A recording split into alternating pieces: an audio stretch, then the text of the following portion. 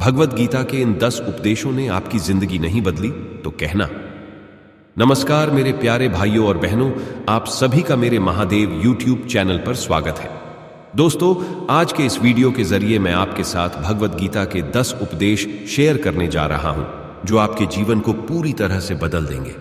दोस्तों, ये वीडियो आप सभी के लिए बहुत ही स्पेशल और जीवन को बदल देने वाला साबित होने वाला है।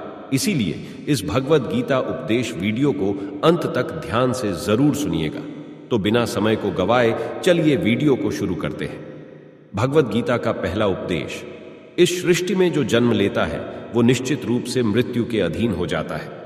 दोस्तों, यहां भगवान श्री कृष्ण कहते हैं कि इस मृत्यु लोक का हर एक प्राणी, चाहे मनुष्य हो या पशु पक्षी हो या फिर पेड़ पौधा हो, हर सांस लेने वाला प्राणी अपने जन्म के साथ मृत्यु को भी लेकर आता है। हर प्राणी को एक ना एक दिन निश्चित क्षण पर मरना अर्थात अपने शरीर को त्यागना ही पड़ता है। भगवत गीता का दूसरा उपदेश, मनुष्य को सिर्फ कर्म करने का अधिकार है, फल की इच्छा ना करे। दोस्तों, यहां भगवान श्री कृष्ण कहते हैं कि मनुष्य को चाहिए कि फल की इच्छा त्याग कर कर्म को अपना धर्म समझकर करे, क्योंकि जो भी मनुष्य फल प्राप्ति की इच्छा करता है उसका मन फल के बारे में सोचकर अपने कर्म और कर्तव्य से विचलित हो जाता है और उस इंसान को वो फल प्राप्त नहीं होता है जिसकी उसने इच्छा की हुई थी। इसीलिए भगवान श्री कृष्ण कहते हैं कि मनुष्य सिर्फ कर्म कर सकता है, फल कदापि मनुष्य के अधीन नहीं है। जो लोग फल की इच्छा से ही कर्म करते हैं वे लोग सुख दुख आदि के चक्र में फंस जाते हैं और उनकी मना शांति नष्ट हो जाती है। भगवान श्री कृष्ण कहते हैं कि मनुष्य अपने फल की इच्छा को त्याग कर कर्म अपना धर्म समझकर करे तो उसको फल अवश्य मिल जाएगा, परंतु उस फल को वो व्यक्ति विधान की इच्छा समझकर स्वीकार कर ले। और ज्ञानी व्यक्ति भी इसी योग को अपनाकर कर्म योगी बन जाते हैं। भगवत गीता का तीसरा उपदेश, इस विश्व में केवल शरीर मरते हैं लेकिन आत्मा अविनाशी है। शरीर के मरने पर भी आत्मा नहीं मरती है। दोस्तों, यहां भगवान श्री कृष्ण कहते हैं कि आत्मा न कभी जन्म लेती है और ना ही कभी मरती है। वो अजन्म, नित्य, सनातन और पुरातन है, जो शरीर के मारे जाने के बाद भी नहीं मरती है। जो सचमुच ज्ञानी होते हैं वो ना उनका शोक करते हैं जो मर गए हैं और ना ही उनका शोक करते हैं जो अभी जिंदा है, क्योंकि वो जानते हैं कि जो मर गया है वो फिर से जन्म लेगा और जो अभी जीवित है वो अवश्य ही मर जाएगा। मरने वाला फिर से जन्म लेगा क्योंकि केवल शरीर का नाश होता है। शरीर के अंदर जो आत्मा है वो कभी भी नहीं मरता है, क्योंकि आत्मा को ना कोई शस्त्र काट सकता है और ना ही उसे अग्नि जला सकती है, ना ही जल गला सकता है और ना ही इसे वायु सुखा सकती है। भगवत गीता का चौथा उपदेश, अपने मन को नियंत्रित करो। दोस्तों, यहां भगवान श्री कृष्ण कहते हैं कि मनुष्य के शरीर का एक अदृश्य अंग है मन, जो कभी दिखाई नहीं देता, परंतु वही इस शरीर का सबसे शक्तिशाली हिस्सा है। मनुष्य को मेन के घमंड की मदिरा पिलाकर मदहोश करने वाला पाखंडी केवल ये मन ही है। उसके हाथों में मोह माया का जाल है जिसे वो मनुष्य की कामनाओं पर डालता रहता है और उसे अपने वश में करता रहता है। ये मन शरीर से भी मोह करता रहता और अपनी खुशियों से भी और अपने दुखों से भी मोह करता रहता है। खुशियों में खुशियों भरी गीत गाता है और दुख में दुख भरे गीत गुनगुनाता है। अपने दुखों में दूसरों को शामिल करके उसे खुशी मिलती है।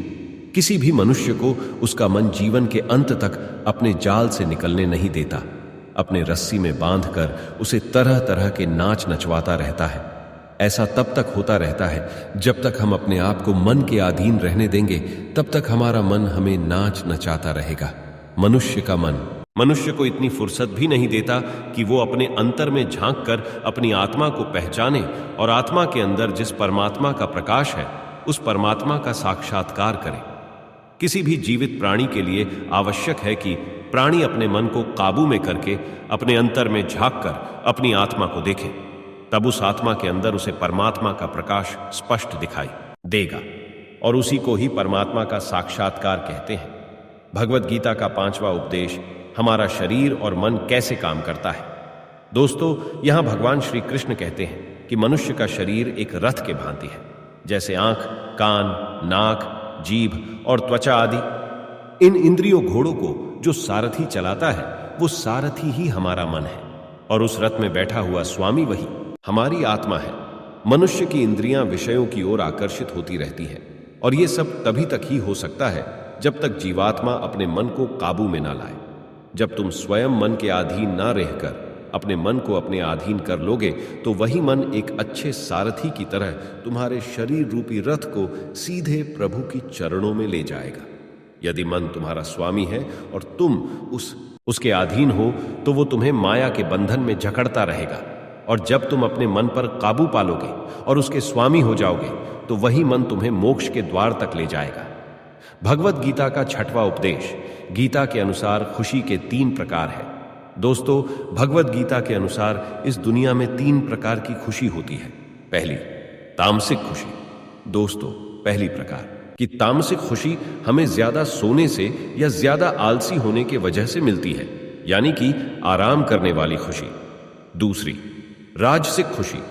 दोस्तों, राजसिक खुशी हमें जो किसी मटेरियल गोल को अचीव करने के बाद मिलती है, जैसे कि पैसे कमाना, गाड़ी खरीदना, दारू पीना आदि चीजें करने से जो हमें खुशी मिलती है, वो राजसिक खुशी कहलाती है। तीसरी, सात्विक खुशी।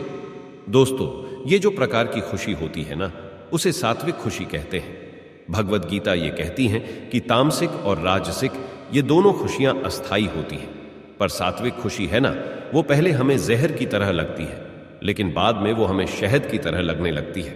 दोस्तों, लॉन्ग टर्म और परमानेंट खुशी हमें अनुशासन और आध्यात्मिक स्टडीज करने से ही मिलती है, जिसे सात्विक खुशी कहते हैं। दोस्तों, आप ज्यादातर किस तरह की खुशी में होते हैं, यह हमें नीचे कमेंट बॉक्स में कमेंट करके जरूर बताएं। भगवत गीता का 7वां उपदेश, शरीर मरता है, आत्मा नहीं। दोस्तों, यहां भगवान श्री कृष्ण कहते हैं कि इस संसार में केवल 2 ही वस्तु है, एक शरीर और दूसरा उस शरीर में रहने वाला शरीरी। इस शरीर में रहने वाला जो आत्मा रूपी शरीरी है वो कभी भी नहीं मरता है, और जो शरीर है वो सदा रहता नहीं है। आत्मा एक शरीर छोड़ता है और दूसरा शरीर धारण कर लेता है, बिल्कुल वैसे ही जैसे मनुष्य अपने पुराने कपड़े उतारकर नए कपड़े धारण कर लेता है। आत्मा नित्य है, इसीलिए वो नहीं बदलती, परंतु शरीर नाशवान है, इसीलिए एक ही आत्मा के कई शरीर बदलते हैं। इसीलिए हर जन्म में हमारी आत्मा नए नए शरीर धारण कर लेती है। भगवत गीता का 8वां उपदेश, प्रारब्ध केवल मनुष्य का बनता है।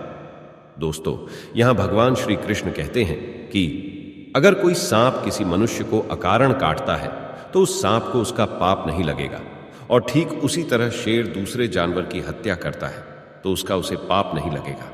या बकरी का उदाहरण लीजिए, बकरी किसी की हत्या नहीं करती है और सिर्फ घास खाती है, तो इस कारण वो पुण्य की भागी नहीं बनती। पाप पुण्य का लेखा जोखा अर्थात प्रारब्ध केवल मनुष्य का बनता है। दोस्तों, इसका अर्थ यह है कि अगर कोई पशु किसी की अकारण हत्या कर देता है तो उसका उसे पाप नहीं लगेगा, लेकिन कोई मनुष्य अगर किसी भी जीवित प्राणी की अकारण हत्या कर देता है तो उसे उसका पाप लगेगा, क्योंकि इस पृथ्वी लोक पर और समस्त प्राणियों में जो विवेकशील है वो अच्छे और बुरे की पहचान रख सकता है, और वो मनुष्य छोड़कर कोई और प्राणी ऐसा नहीं कर सकता। इसीलिए जब मनुष्य अपने पाप और पुण्य जब भोग लेता है तो उसे फिर से मनुष्य की योनि में भेज दिया जाता है। भगवत गीता का 9वां उपदेश, एक ही कर्म किसी के लिए पाप बन जाता है और दूसरे के लिए पुण्य बन जाता है। दोस्तों, एक मनुष्य किसी कमजोर और बूढ़े व्यक्ति का धन लूटने के लिए उसकी हत्या कर देता है तो उस व्यक्ति को निश्चित ही उसके द्वारा किए गए कर्म का पाप लगता है।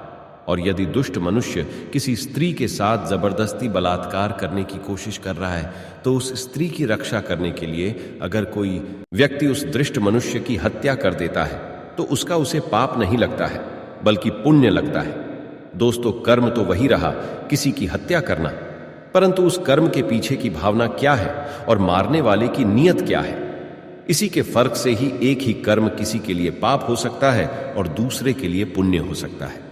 जिस भावना और नियत से मनुष्य कर्म करता है उस नियत के कारण एक ही कर्म किसी के लिए पाप बन जाता है और किसी के लिए पुण्य बन जाता है। कर्म के इस ज्ञान के द्वारा ही मनुष्य को कर्म विकर्म और अकर्म की पहचान होती है। दोस्तों, इसका अर्थ यह है कि मनुष्य जब निष्काम भावना से कर्म करता है तो उस कर्म का फल उसे नहीं भोगना पड़ता है, इसीलिए वो अकर्म हो जाता है। कर्म उसे कहते हैं जिसे सकाम भाव से और फल की इच्छा से किया जाता है, उसका फल मनुष्य को उसके कर्म के अनुसार अवश्य मिलता रहता है। अच्छे कर्म का फल अच्छा मिलता है और बुरे कर्म का बुरा फल मिलता है। और जो असत्य, कपट, हिंसा आदि अनुचित और निश्चित कर्म को विकर्म कहते हैं। भगवत गीता का 10वां उपदेश। हर मनुष्य का प्रथम धर्म क्या है और अपने धर्म का विधान मनुष्य खुद बनाता है। दोस्तों, इसका अर्थ समझाते हुए भगवान श्री कृष्ण कहते हैं कि धर्म का जो विधान है, अगर उसे किसी दूसरे व्यक्ति ने बनाया हो तो वो तुम्हारा धर्म नहीं हो सकता है। तुम्हारा धर्म वही है जिसे तुमने स्वयं बनाया हो, जिसे तुम्हारी आत्मा ने स्वीकार किया हो। धर्म एक व्यक्तिगत चीज है जिसका फैसला व्यक्ति को खुद लेना पड़ता है। दोस्तों, मैं आपको एक उदाहरण देकर समझाता हूं। अगर किसी के गांव पर डाकू हमला करके उस गांव की लड़कियों का अपहरण कर रहे हो और उसी समय किसी का पिता मृत्युशैया पर पड़ा अंतिम सांस ले रहा हो और अपने पुत्र से बार बार पानी की एक एक घुट मांग रहा हो, तो उस समय उस व्यक्ति का यानी कि उस पुत्र का क्या धर्म होना चाहिए? वो मरते हुए अपने पिता के कंठ में अंतिम समय गंगा जल की बूंद बूंद टपकाता हुआ अपने पुत्र धर्म का पालन करें, या फिर उसके गांव की लड़कियों पर जो संकट आ गया है उनकी रक्षा के लिए अपने हाथ में तलवार उठाते हुए उन डाकुओं का मुकाबला करें? अवश्य पड़े तो अपनी जान भी देकर अपने गांव की इज्जत बचाएं। दोस्तों, इसका निर्णय कोई दूसरा व्यक्ति कैसे कर सकता है? इसको धर्म का दौराहा या धर्म संकट भी कहते हैं। ऐसी स्थिति में वो व्यक्ति क्या करे? उसका फैसला कोई और व्यक्ति नहीं कर सकता, बल्कि ये निर्णय उसे खुद ही लेना पड़ता है कि उस समय उसका प्रथम धर्म क्या है। उस समय उसकी अंतरात्मा जो आवाज दे वही उसका प्रथम धर्म है। इसीलिए दोस्तों, हर व्यक्ति का धर्म व्यक्तिगत होता है और मनुष्य अपने धर्म का विधान मनुष्य खुद बनाता है। तो दोस्तों, ये थे टॉप 10 भगवत गीता के उपदेश। आप सभी को यह 10 उपदेश कैसे लगे, ये हमें नीचे कमेंट बॉक्स में कमेंट करके हमें जरूर बताएं। अगर आपको यह वीडियो पसंद आया होगा तो इस वीडियो को अपने दोस्तों के साथ अवश्य शेयर कीजिए, ताकि अन्य लोगों को भी श्री कृष्ण गीता उपदेश सुनने को मिल सके। ऐसी ही ज्ञान भरी वीडियोस के लिए हमारे चैनल को सब्सक्राइब जरूर करें। मिलते हैं आपसे अगली वीडियो में, जब तक के लिए राधे राधे।